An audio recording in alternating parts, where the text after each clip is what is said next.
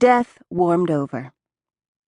She heard insects scurrying above her in the darkness, smelled burned flesh, and felt a heavy weight pressing down on her back. Oh my God, he's buried me alive! Her face was pressed against something hard and cold. Stone, she thought, until she smelled the oil in the asphalt. Panic seized her, and she struggled to get her hands under her. Her left hand lit up with pain as she pushed. There was a rattle and a deafening clang, and she was standing. The dumpster that had been on her back lay overturned, spilling trash across the alley. She looked at it in disbelief. It must have weighed a ton. Fear and adrenaline, she thought. Then she looked at her left hand and screamed. It was horribly burned, the top layer of skin black and cracked. She ran out of the alley looking for help, but the street was empty. I've got to get to a hospital. Call the police. She spotted a payphone. A red chimney of heat rose from the lamp above it. She looked up and down the empty street. Above each streetlight, she could see heat rising in red waves.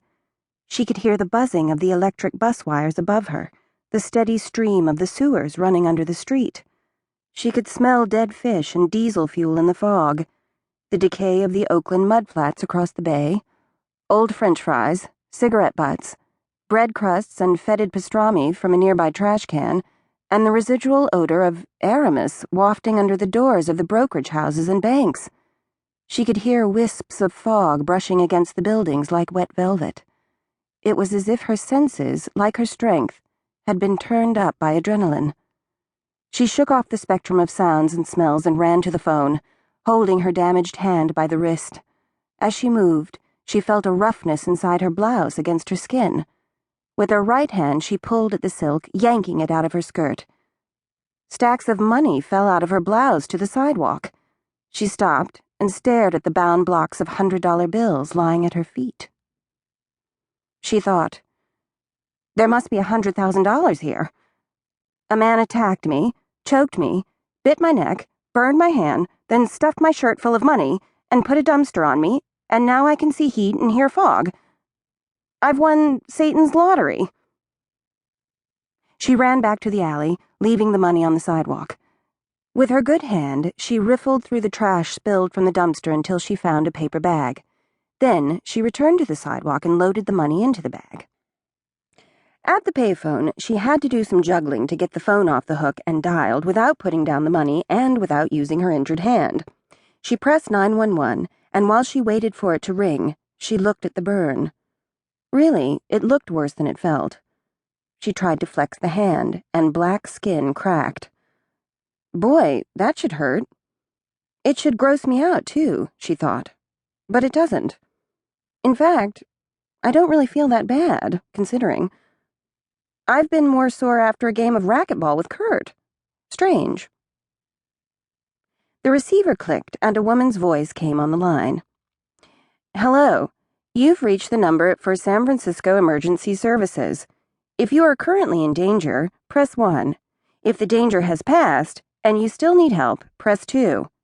Jody pressed 2. If you have been robbed, press 1. If you've been in an accident, press 2. If you've been assaulted, press 3. If you are calling to report a fire, press 4. If you've... Jody ran the choices through her head and pressed 3. If you've been shot, press 1. Stabbed, press 2. Raped, press 3. All other assaults, press 4. If you'd like to hear these choices again, press 5. Jody meant to press 4, but hit 5 instead. There was a series of clicks and the recorded voice came back on. Hello. You've reached the number for San Francisco Emergency Services. If you are currently in danger... Jody slammed the receiver down, and it shattered in her hand, nearly knocking the phone off the pole. She jumped back and looked at the damage. Adrenaline, she thought. I'll call Kurt. He can come get me and take me to the hospital. She looked around for another payphone. There was one by her bus stop. When she reached it, she realized that she didn't have any change. Her purse had been in her briefcase, and her briefcase was gone.